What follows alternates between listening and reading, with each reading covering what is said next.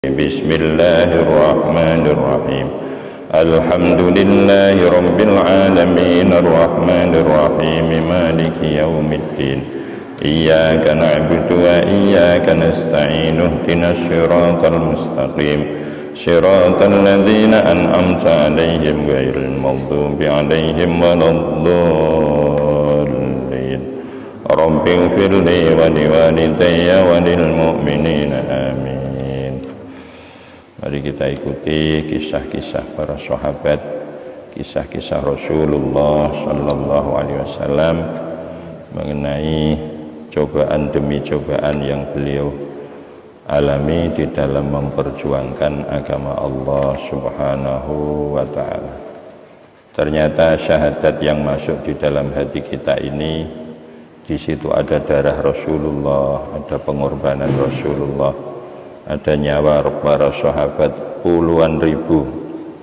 Karena jumlah sahabat semua menurut qaul yang masyhur 124.000. Berapa puluh ribu sahabat yang gugur dalam pertempuran, di mana demi untuk memperjuangkan kalimah la ilaha illallah Muhammadur Rasulullah, sehingga masuk di dalam hati kita. Maka perlu sekali cerita-cerita beliau kita baca agar kita mendapat berkah dari beliau semua dan bisa mengikuti jejak-jejak beliau. Kisah perjalanan ke Tabuk melewati perkampungan kaum Samud. Perang Tabuk adalah peperangan yang sangat masyhur. Inilah perang terakhir yang dipimpin oleh baginda Rasulullah sallallahu alaihi wasallam.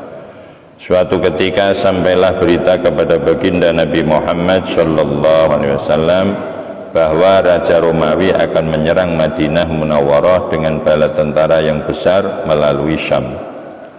Menyongsong berita itu, pada hari Kamis tanggal 5 bulan Rajab tahun ke-9 Hijrah, beliau berangkat dari Madinah untuk menghadang mereka.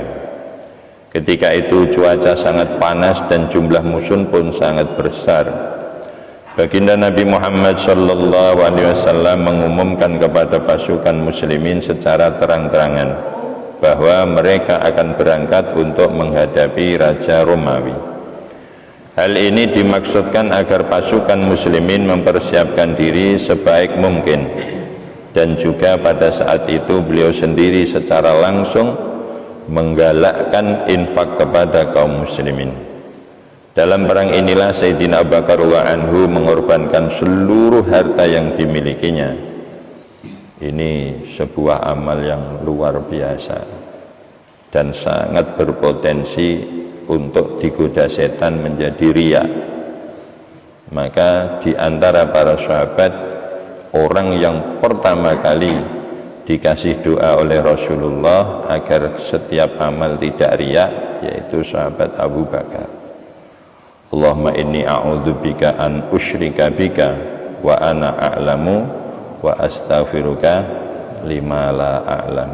Itu doa dibaca agar kita setiap menjalankan amal bisa ikhlas. Bayangkan, semua harta yang ada di rumah dibawa semua diserahkan ke Rasulullah. Bagaimana setan melihat beliau ketika menyerahkan semua uang? Panas hatinya setan, ya. Maka potensi untuk riya. Maka langsung Rasulullah pertama kali orang yang diberi doa agar amal dijaga dari riya, yaitu sahabat Abu Bakar.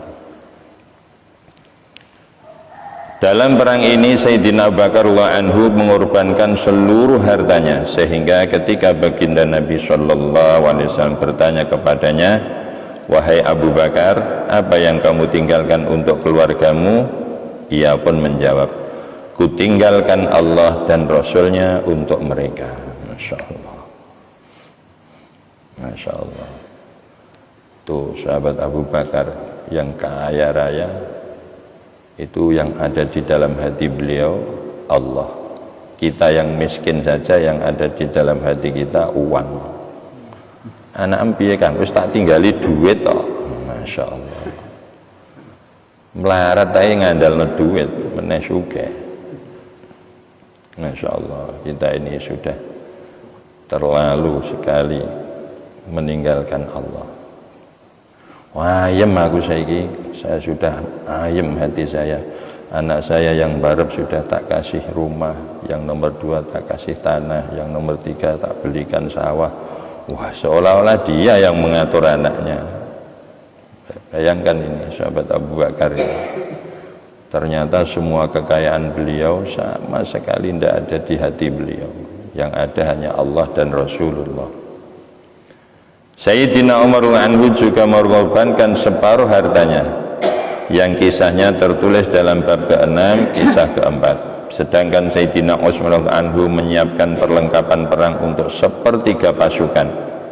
Demikian pula setiap sahabat yang lain menginfakkan harta menurut kemampuan mereka masing-masing. Padahal masa itu kebanyakan para sahabat radhiyallahu anhum sedang mengalami kesempitan, sehingga 10 orang sahabat harus bergantian mengendarai seekor onta. Masya Allah, kita bayangkan pergi perang, onta 1 bergantian orang 10. Kita pergi ke masjid, motor 1 untuk orang 1. Kurang apanya Allah memberi nikmat kepada kita? Yang agak jauh hujan, toh Allah ngasih mobil, dibawa ke masjid. Apa sih salahnya ke masjid bawa mobil dalam rangka mensyukuri nikmatnya Allah? Allah akan senang melihat, oh ini si fulan tak kasih mobil dibawa ke masjid. Maka Allah akan menambah lagi nikmat yang lain. Tambahan itu tidak harus berupa uang. Lah terus saya tak buat apa, uang saya sudah banyak kok tambah. Loh, Allah akan menambah, hati kita dibuka, akan semakin melihat amal apa yang harus kita sempurnakan, akan semakin melihat kekurangan apa yang ada di dalam diri kita. Itu juga perlu penambahan, karena kita ini sudah terlalu sering duit, dunyo, terus akhirnya yang dianggap tambah ya dunyo. Kalau tidak tambah kaya dianggap kurang keramat. Itu karena sudah terpola lagi-lagi uang, lagi-lagi duit. Itu akhirnya orang menganggap keramat itu duit. Disitulah kita. Coba bayangkan, pergi perang 10 sahabat, onta 1 bergantian, 9 jalan, 1 naik, bergantian dapat 1 kilo, 9 jalan, 1 naik. Artinya 10 kilo baru naik 1 kilo. Itu kalau dibagi 1 kilonan. Nah, perjalanan 10 kilo baru naik 1 kilo. Pergi perang. Lah sekarang pergi ke masjid, semuanya dicukupi oleh Allah. Punya sepeda ontel, agak jauh dikasih sepeda motor oleh Allah, hujan dikasih mobil oleh Allah. Nikmat mana lagi yang kurang diberikan oleh Allah kepada kita? Oleh sebab itu perang ini pun disebut sebagai perang Jaisul Usrah, artinya pasukan dalam keadaan kesulitan. Memang perang ini penuh kesulitan, jarak yang ditempuh sangat jauh dan musim yang sangat panas. Di samping itu buah-buah kurma di Madinah sudah masak dan siap dipanen. Bayangno, wayah paceklik ngadepi panen disuruh perang. Disinilah Allah akan melihat seberapa kekuatan sahabat di dalam membela Rasulullah Sallallahu Alaihi Wasallam. Dan hakikat cinta yaitu haqiqatul mahabbah quwwatun azimatun fi daf'il mahbub. Hakikat cinta adalah kekuatan besar di dalam membela orang yang dicinta.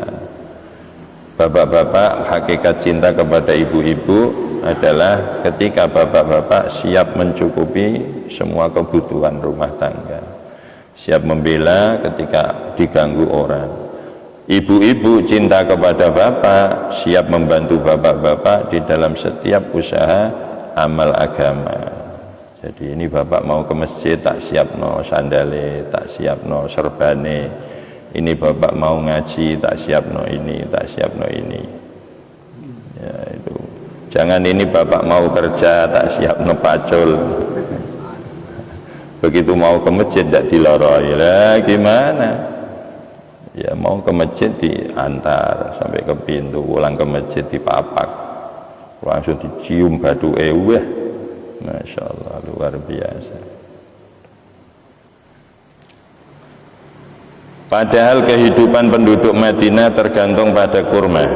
Inilah kesempatan mereka mengumpulkan rezeki untuk kebutuhan 1 tahun. Keadaan itu menjadi ujian yang sangat berat bagi kaum muslimin. Di satu sisi rasa takwa kepada Allah SWT dan perintah baginda Rasulullah SAW tidak mungkin mereka abaikan. Di sisi lain berbagai kesulitan menghadang, khususnya kebun yang telah mereka usahakan selama 1 tahun. Sungguh satu hal yang sulit meninggalkannya tanpa ada yang mengurus. Padahal sudah siap panen, namun karena ketakwaan para sahabat kepada Allah SWT mengalahkan segalanya. Mereka segera menyambut seruan baginda Rasulullah Sallallahu Alaihi Wasallam, sehingga yang tinggal di Madinah hanyalah kaum munafik, orang-orang yang udzur, wanita dan anak-anak kecil. Masya Allah, semua berangkat menerima tugas yang sangat berat, sangat besar. Kita ini sudah terlalu terpola, setiap gerak aku ngontok apa lah, ini loh, ini sudah mengganggu betul ya, namanya wahan ya itu. Aku orang masjid untuk apa lah ini, nek lunga-lunga untuk piro, kudune kaya sahabat, nek lunga-lunga entek piro, aja entuk piro.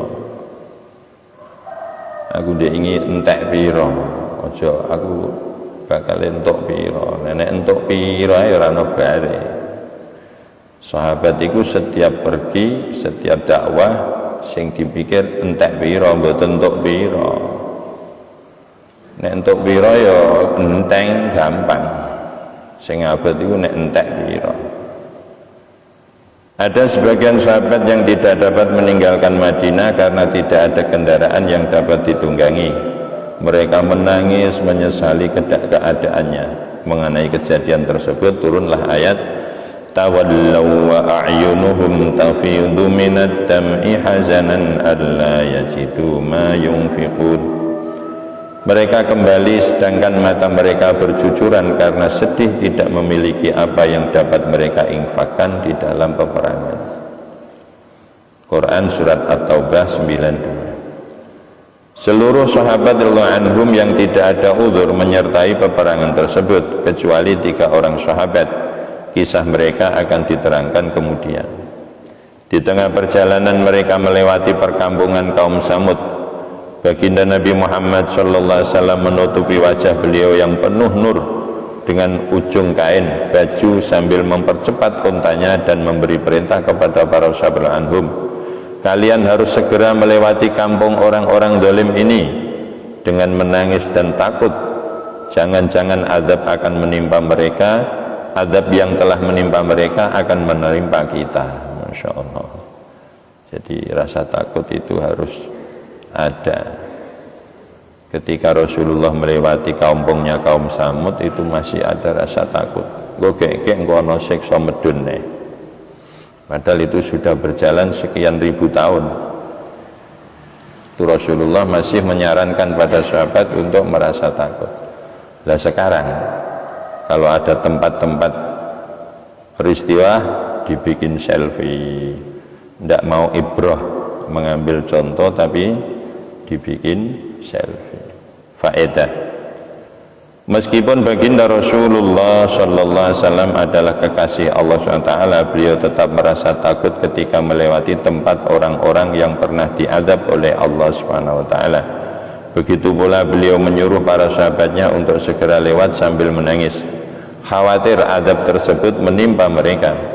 Para sahabat pun walau dalam keadaan sangat sulit tetap menunjukkan kesetiaannya. Sebaliknya kita malah menjadikan kawasan yang terkena gempa bumi atau bencana sebagai tempat wisata dan bersenang-senang untuk melihat tempat keruntuhan tersebut. Jangankan kita menangis, berpikir untuk menangis pun tidak terlintas di dalam hati kita. Insyaallah Padahal di antara penyebab kampung yang dihujani musibah oleh Allah itu ya karena selfie itu, di antara sebabnya. Masya Allah, alhamdulillah sudah kita ikuti bagaimana Rasulullah SAW dan para sahabat ketika menjalankan perintah Allah, yaitu perang Tabuk. Sampai riwayat selanjutnya para sahabat kehabisan makanan itu daun-daun itu dimakan. Sampai dalam kisah diterangkan sahabat ketika BAB itu keluar seperti kotoran kambing, berindil-berindil hijau-hijau karena yang dimakan daun. Jadi seperti itulah para sahabat memperjuangkan kalimat tauhid, syahadat tauhid, syahadat Rasul yang sehingga masuk di dalam hati kita. Terus apa yang kita upayakan untuk berterima kasih pada beliau semua? Terima kasih yang paling besar adalah mengikuti jejak-jejak beliau. Punya kekuatan yang besar di dalam membela agama Islam.